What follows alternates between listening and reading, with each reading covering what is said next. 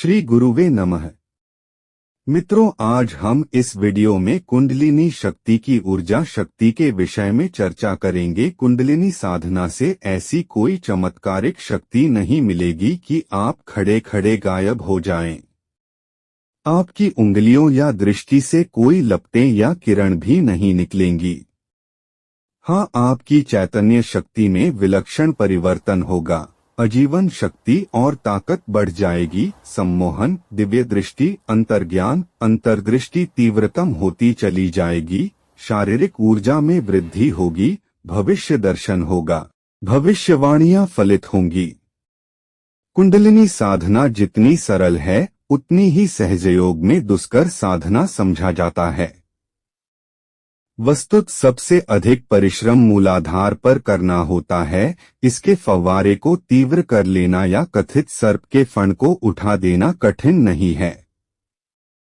वास्तविक कठिनाई इस फण को ऊपर के स्वाधिष्ठान के नाभिक तक ले जाना है। यह ऋणात्मक ऊर्जा है और इसका प्रवाह सबसे तीव्र होता है, क्योंकि यह ऊर्जा परिपथ के ऋण बिंदु से उत्पन्न होती है। सर्वाधिक कठिनाई इसे नीचे की ओर क्षरित या पतित होने से रोकने में है। यहाँ के शिवलिंग से उत्पन्न होने वाली ऊर्जा महिषासुर है। इससे अंधी तीव्रता है।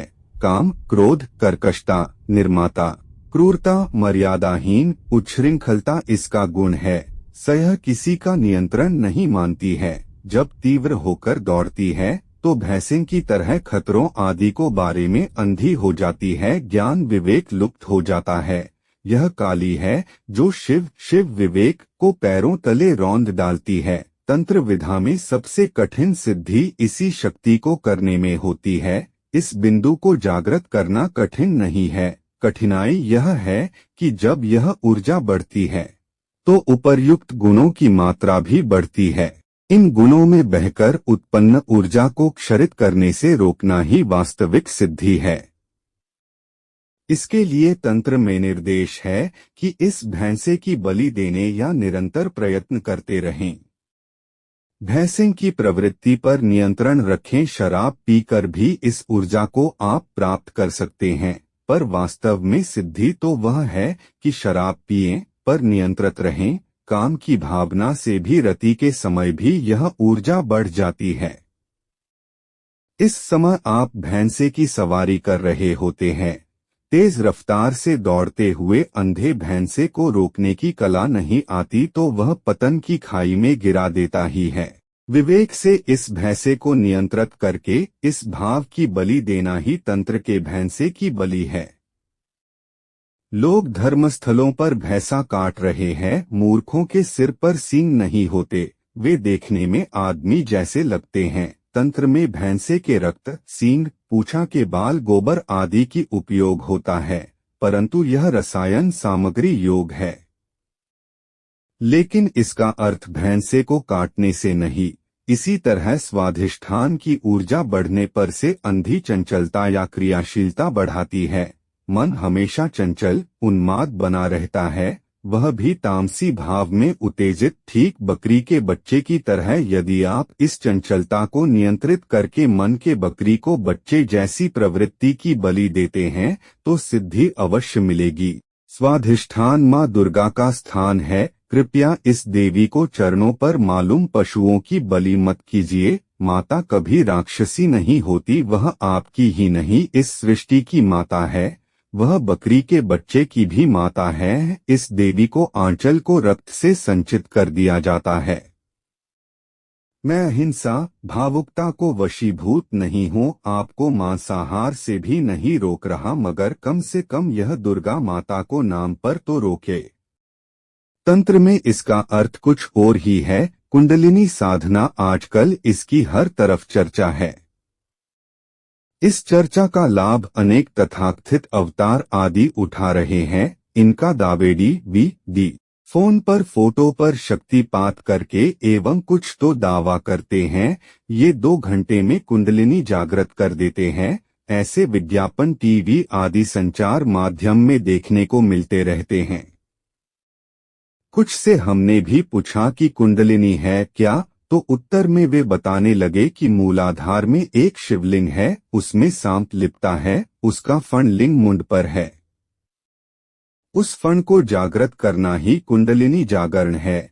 ये लोग ठग है, ये कुछ नहीं जानते। मूलाधार में शिवलिंग अवश्य है, पर वहाँ सांप जैसा कुछ नहीं है।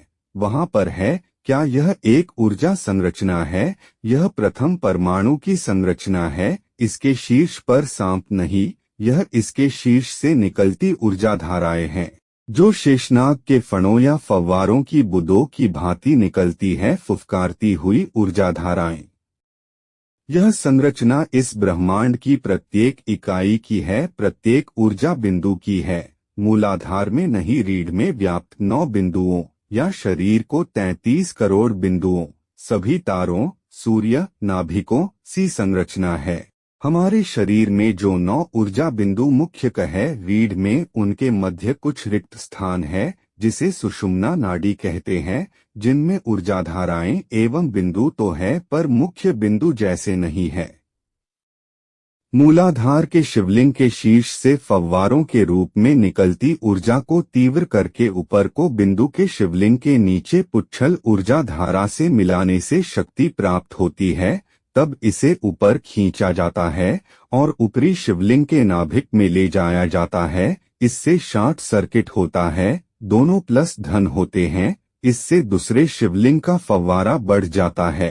कुंडलिनी साधना में एक मूलाधार ये फव्वारे को ऊपर स्वाधिष्ठान के केंद्र में मिलाने से कई चमत्कारिक शक्तियां प्राप्त होती है, परंतु यह तो वर्षों का काम है, वह भी निरंतर लगन के साथ अभ्यास करने पर। परंतु 2 घंटे में ईश्वर ही जानता है कि यह कैसा धोखा है। साधना के कुछ जरूरी नियम **** अपनी साधना, अपना मंत्र, अपनी सिद्धि सदैव गुप्त रखें। भोजन करते समय इष्ट को भोजन समर्पित करें हाथ जोड़कर। यदि गुरु से मंत्र प्राप्त हो तो मंत्र पढ़कर भोजन की शुद्धि करे। अपने अनुभव केवल गुरु या मार्गदर्शक से बता सकते हैं, जो साधना से संबंधित हो, अन्य से नहीं।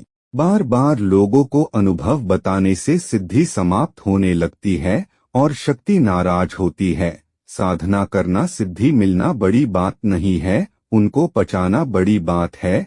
स्वयं का महिमा मंडन से बचे, न किसी के अभाव में आए न प्रभाव में। गुरु के प्रति पूर्ण श्रद्धा रखे। कहते हैं गुरु वाक्यम ब्रह्मा वक्यम ***, बार बार गुरु और मंत्र न बदले, क्योंकि जब एक मंत्र सिद्ध होने लगता है और हम उसे छोड़ देते हैं फिर और करते हैं, ऐसे कोई भी मंत्र काम नहीं करता। निम्न स्तर की साधना से बचे, ये अधोगति की ओर ले जाती है। साधक को सात्विक विचार और सत्यवादी बने, ताकि साधना पूर्ण फलित हो। स्त्री का सम्मान करे, शक्ति साधक के लिए ये जरूरी है और अन्य के लिए भी, तब ही साधना में आगे बढ़ पाओगे। अगर यह वीडियो आपको अच्छी लगी तो कृपया चैनल को सब्सक्राइब करें, वह लाइक व शेयर करें। वीडियो देखने के लिए धन्यवाद।